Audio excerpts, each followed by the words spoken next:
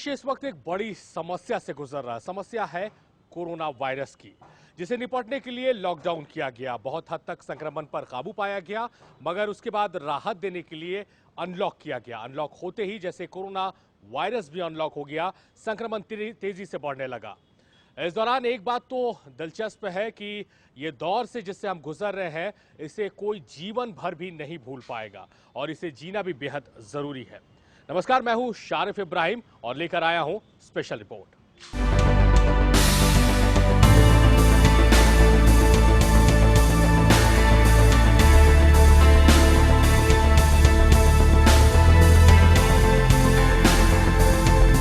झारखंड की पहचान काले हीरे से भी है। काला हीरा यानी कि कोयला। कई खदानें हैं और इन खदानों में कई तरह की समस्याएं भी हैं।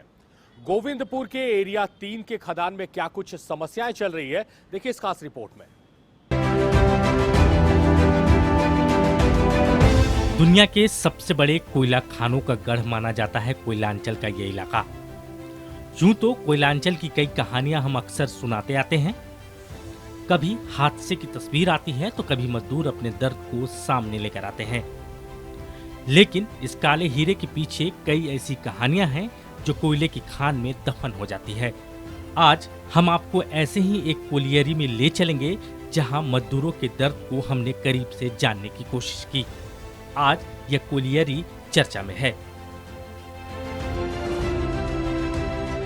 धनबाद बीसीसीएल के गोविंदपुर एरिया 3 के न्यू आकाश किनारी पैच बी प्रोजेक्ट कभी भी बंद हो सकता है। एक तरफ माइनिंग करने वाली आउटसोर्सिंग कंपनी ओरिएंटल को इस प्रोजेक्ट के लिए खान सुरक्षा महानिदेशालय का खनन परमिशन अवधि 30 जून को ही समाप्त हो गई है। वहीं प्रोजेक्ट को विस्तार करने के लिए अब जमीन भी नहीं मिल रही। समय से पहले यदि प्रोजेक्ट बंद हो गई तो यहां कार्यरत करीब 300 से 400 मजदूर और कर्मचारी बेरोजगार हो जाएंगे। कोरोना महामारी के दौरान आखिर ऐसा क्या हो गया कि बीसीसीएल के ओरिएंटल कंपनी की न्यू आकाश किनारी प्रोजेक्ट बंदी के कगार पर पहुंच गई है। एक तरफ देश को कोयले की जरूरत है तो दूसरी ओर बीसीसीएल की नीतियों की वजह से आउटसोर्सिंग कोल कंपनियों को जमीन ही नहीं मिल रही है कि वो कोयला उत्पादन का क्षेत्र बढ़ा सकें। जैसे ताजा मामला बीसीसीएल के एरिया 3 के ये इस क्षेत्र को देख लीजिए और ये न्यू आकाश किनारी कोलियरी क्षेत्र है। यहाँ पे ये ओरिएंटल आउटसोर्सिंग की पैच है जहाँ पे ये उत्पादन का कार्य चल रहा है। लेकिन अब जो है इस उत्पादन को और आगे बढ़ाने के लिए, विस्तार करने के लिए जो जमीन चाहिए वो जमीन मिल ही नहीं रही है। दूसरी ओर मुश्किल ये है कि यहाँ पास में ही 2-3 बस्ती है और उस बस्ती के कारण यहाँ पे सुरक्षित जो है माइनिंग के लिए विस्फोट करना भी मुश्किल हो रही है।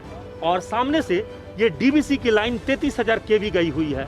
ये भी इसी पैच के अधीन है, इसी के अंतर्गत है। तो सवाल यह है कि जब ये डीवीसी लाइन हटेगी नहीं, यहाँ पे जो बसे हुए जो बस्तियाँ हैं, अगर सुरक्षित पुनर्वास नहीं होगी और कोयले के लिए जमीन नहीं मिलेगी तो फिर उत्पादन कहाँ होगा और लक्ष्य कैसे पूरी होगी? इन सारे सवालों का जवाब जो है बीसीसीएल को देना है। यह है बीसीसीएल एरिया 3 के न्यू आकाश किनारी पैच बी प्रोजेक्ट। यहाँ पर ओपन कास्ट माइनिंग करने का काम oriental structural engineering outsourcing company को दी गई है।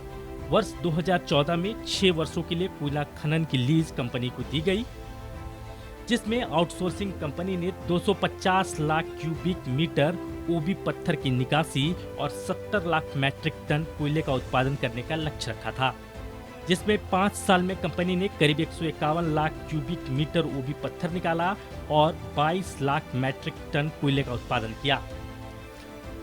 जबकि अभी भी कंपनी को नवंबर 2020 तक काम बचा हुआ है, जिसमें 99 लाख क्यूबिक मीटर ओबी निकालना है। वहीं 28 लाख मैट्रिक टन कोयले का उत्पादन करना बाकी है। ये सर दिसंबर 2014 में ये प्रोजेक्ट बीसीसीएल के द्वारा हमें दी गई थी। ये सर 6 साल का प्रोजेक्ट था।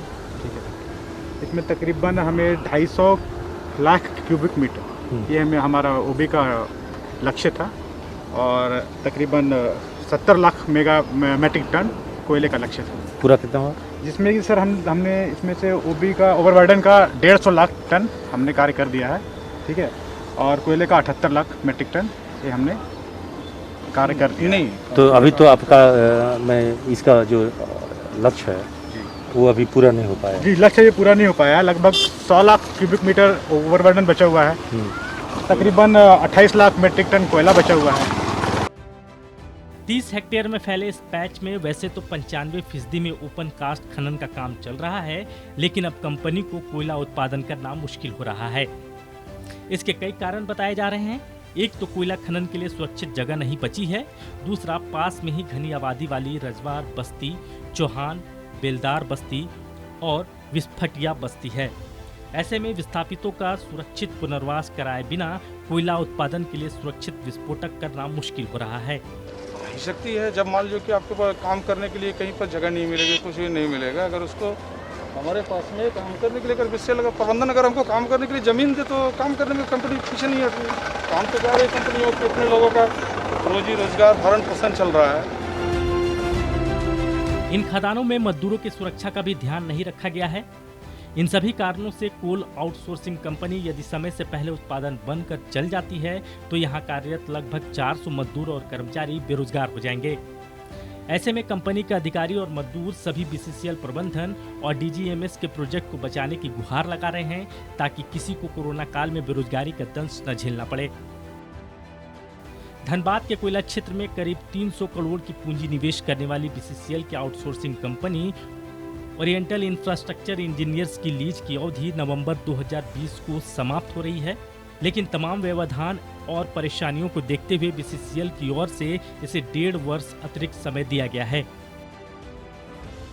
इधर बीसीसीएल एरिया 3 के प्रोजेक्ट ऑफिसर विध्यांचल सिंह का कहना है कि किसी भी हाल में यह प्रोजेक्ट बंद नहीं होगी।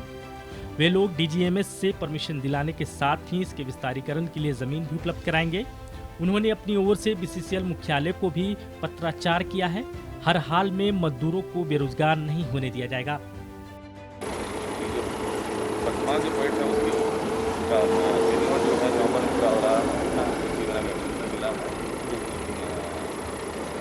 खेलने के लिए उसकी जगह दे दीजिए। तो मैंने कम से कम बंद नहीं ना होगा ना चलेगा। अपना फिल्म पूरा करेंगे। गोविंदपुर एरिया 3 आज बीसीसीएल के लिए एक बड़ा प्रोजेक्ट माना जाता है। ऐसे में यह खदान अगर बंद हो जाता है तो बीसीसीएल सहित पूरे झारखंड को नुकसान होगा। ऐसे में झारखंड के इस अनमोल खजाने को बचाने के लिए एक सार्थक कदम उठाने की जरूरत है। बीसीसीएल के न्यू आकाश किनारी कोलियरी क्षेत्र में काम करने वाली आउटसोर्सिंग कंपनी ओरिएंटल पर यहां बंद होने का खतरा मंडराने लगा है। कारण यह है कि इस पैच का जो नवीनीकरण है, लीज का नवीनीकरण, उसको लेकर अभी तक डीजीएमएस ने परमिशन नहीं दिया है, जबकि 30 जून को ही इसकी अवधि समाप्त हो गई है। सवाल यह है कि जब इसकी अनुमति आगे की नहीं दी जाएगी तो फिर ये खनन कार्य आगे कैसे चलेगा। और उसमें भी जब नवंबर 2020 में इसकी लीज की अवधि भी समाप्त हो रही है। हालांकि कहा यह जा रहा है कि 1.5 साल के लिए इसको हिंड्रेंस के कारण विस्तार तो मिल गया है, लेकिन अभी तक डीजीएमएस से परमिशन नहीं दी गई है। सवाल ऐसे में अगर इसकी बंदी हो जाती है तो फिर यहाँ पर जो काम से जुड़े हुए जो मजदूर हैं, करीब 250 से ज़्यादा मजदूर यहाँ सीधे तौर पे जुड़े हुए हैं, वो सीधे तौर पे कहें तो बेरोजगार हो जाएंगे। ऐसे में कोरोना काल में इन मजदूरों को बचाने के लिए बीसीसीएल को पहल करने की जरूरत है।